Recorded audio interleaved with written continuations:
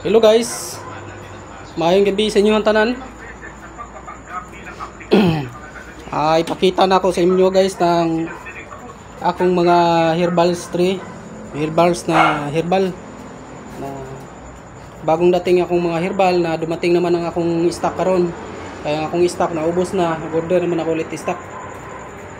Guys, kining akong ipakita ninyo sibukaw ni siya guys, sibukaw tree. Mabisa ni siya na gamot sa tanan na sakit. Nakoy pangayoon sa inyo guys na hinaot og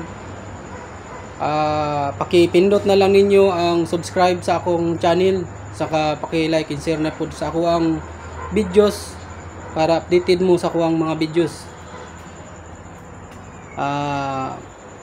Maura ko ya kung kay pangayo sa inyo og tabang guys na subscribe po guys sa ako ang YouTube channel. Kini guys, kini nga akong ipakita sa inyo ha nakahoy guys na pangalan na ni guys ay sibukaw.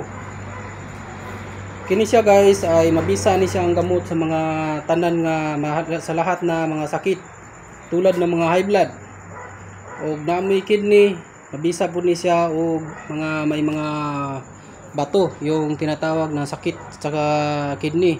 Kaya ang kidney o pabayaan na to guys sa atong lawas, mulala to ay papunta sa dialysis.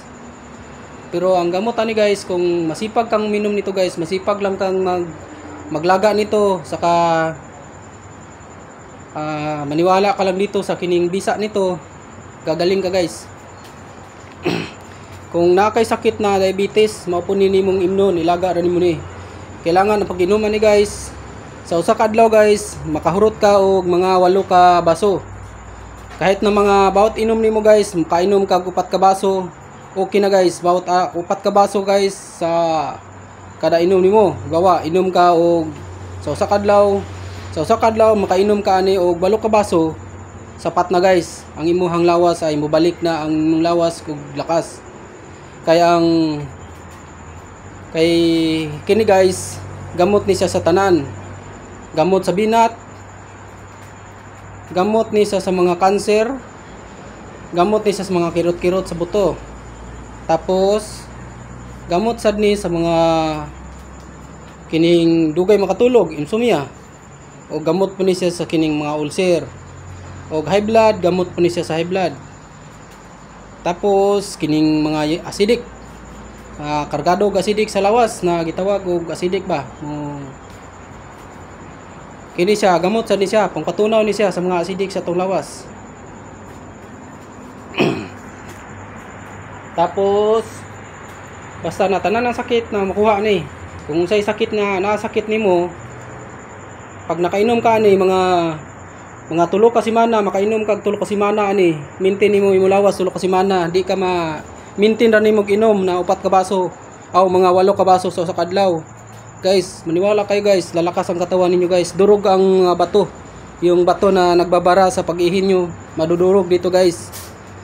Kaya ito guys, akong payo nako ninyo na og nagay mo yung ginani, maglaga mo ginani, na maglaga gani mo ginani, kailangan muinom mo kay kini gamot, dili maginarte, muinom og daghan ani.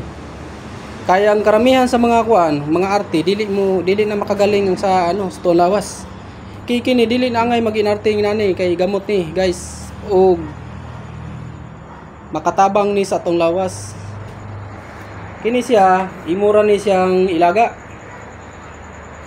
Tapos sa usa ka adlaw, kailangan makahurot ka og mga 8 ka baso. Imnon nimo 8 ka baso. Maura na guys, akong inyo guys. 8 ka baso lang kailangan ninyong inumin araw-araw. Sapat na sa guys, makatulong na sa salawat ninyo. Tapos halimbawa, ito makakuha kayo nito ng 1 piraso. 1 piraso nito guys. Maabot ni og laga ninyo ng mga kahit na mga 2 linggo, 3 linggo, abot ninyo laga ni inani kadaghan.